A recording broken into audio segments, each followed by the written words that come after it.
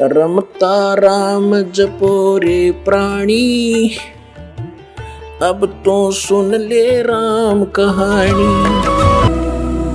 हम विवाह करते हैं बेटे और बेटियों का, कितनी बकवाद कर रखी है, कैर बना रखा है यू हमने अपने आप ही, अपनी बुद्धि से, जीव संज्ञा से। बच्चों का विवाह करना है, सिंपल वे से कर दो, ब्याह तो करना है, उनका संयोग जोड़ा जाड़ा परमात्मा का वहीं जुड़ता है, और उनका विवाह कर दो सिंपल वे से, समस्या हल हुई। इसी कारण से इन बेटियों को बोझ बना लिया जो गौ जैसा धन होता है। अब हमने इस तरह अपने इस पसरे हुए समाज की कुरीतियों को, रीतियों को भी ठीक करना है, तब हम हल्के होकर भक्ति कर सकेंगे। अब थोड़ा सा समय अवश्य लगेगा, लेकिन बुद्धिमान समाज को ये स्वीकारना पड़ेगा। अब जैसे किसी भी कारण से कपड़ों का आदान प्रदान करते हैं, लोग दिखावा है, वो ड्रामा है। किसी के पुत्र प्राप्ति होती है, उसके लिए जुगले ले चलेंगे, माता बहन वीर, बुआ वीर, रिश्तेदार वीर को जान पहचान वाले भी, उसका 50 कपड़े दे रहे हैं और पैर को न 10 साल तीन, फिर वो बड्डा हो जाए, वो व्यर्थ हो जाए। What is use? तो इस तरह की जो बातें हैं, जो परंपरा पड़ी हुई है, उसको भी हमने सेट करना होगा, और तभी हम सुखी होंगे। कोई त्योहार मनाते हैं, उसके ऊपर बहन को देकर आते हैं 100-200 रुपये का, और किराया ला देते हैं 400 रुपये। अब उस बहन को क्या उन 200 रुपये के आइटम आप लेकर गए, वो वह उपलब्ध नहीं थे? और बहन जब इस मार्ग से परिचित होगी, वो बिल्कुल ग्रहण नहीं करेगी आपसे कुछ भी, क्योंकि वो उसके ऊपर भार बनता चला जाएगा, और फिर एक संस्कार बनता चला जाएगा। ये संस्कार हमें फिर यही पटक देता उठा करके। अब प्रसंग चल रहा है कि तन धर सुखिया कोई नहीं देखा, और जो देखा सो दुखिया हो। उदय अस्त की बात करे, मन सबका किया विवेका हो। कहते हैं घाटे बाद सब जग दुखिया, क्या गृहस्थी बैरागी हो। गृहस्थी तो लाभ हानि में वही दुखी, क्योंकि लाभ हो गया तो फिर सौ चिंता उसको, इसको कहाँ लगाऊं। लाभ हो गया जैसे 20,000 रुपये का, और आगे काम करना चाहता है, वो 1 लाख में शुरू होगा। 80,000 रुपये कर्जा ले लिया, काम ठीक चला नहीं, सर दर्द हो गया। उस लाभ से फिर हानि होगी, वो चिंता। लाभ हुआ जब चिंता, किसको कहाँ सेट करूं, और हानि तो आपे चिंता का विषय है। घाटे बाद यानी हानि लाभ से सब जग दुखिया, के गृहस्थी बैरागी हो। जैसे घर त्याग कर जंगल में जा बैठा, वन में बैराग ले लिया,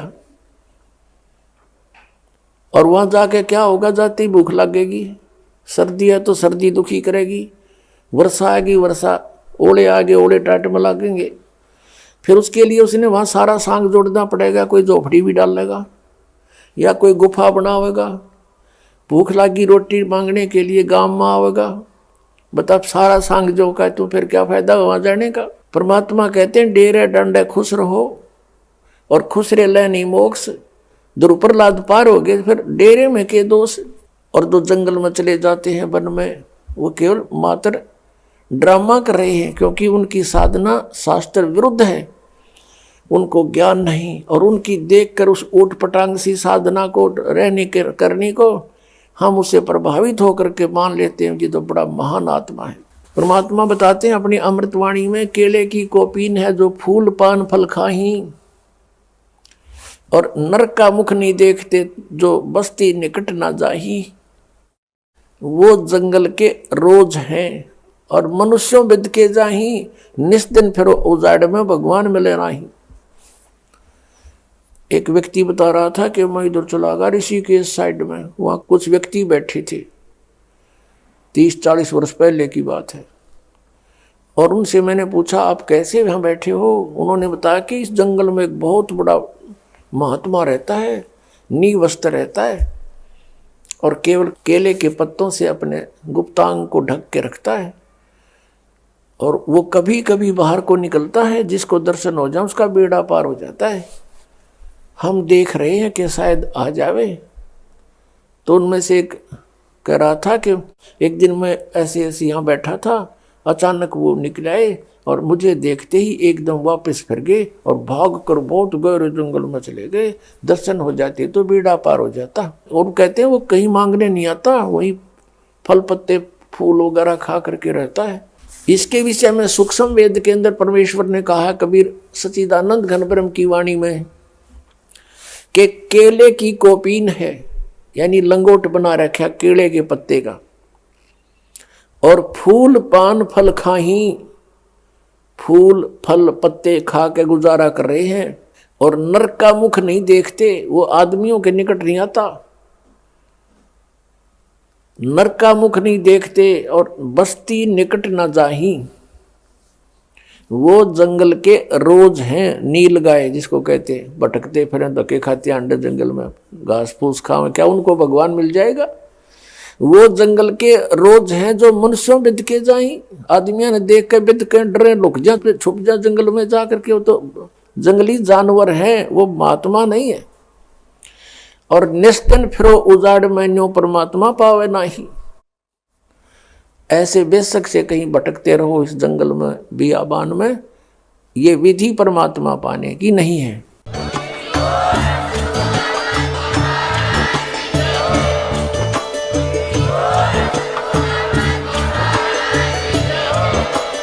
आप सुन रहे थे जगत गुरु तत्वदर्शी संत रामपाल जी महाराज जी के मंगल प्रवचन। अधिक जानकारी के लिए विजिट कीजिए हमारी वेबसाइट www.jagatgururampalji.org। संत रामपाल जी महाराज जी के शुभ आशीर्वाद से पूरे विश्व भर में 500 से भी ज्यादा नाम दीक्षा केंद्र हैं, जिन पर संत रामपाल जी महाराज जी द्वारा ऑनलाइन निशुल्क नाम दीक्षा दी जा रही है। अपने नजदीकी नाम दीक्षा केंद्र का पता करने के लिए संपर्क करें 8222880541।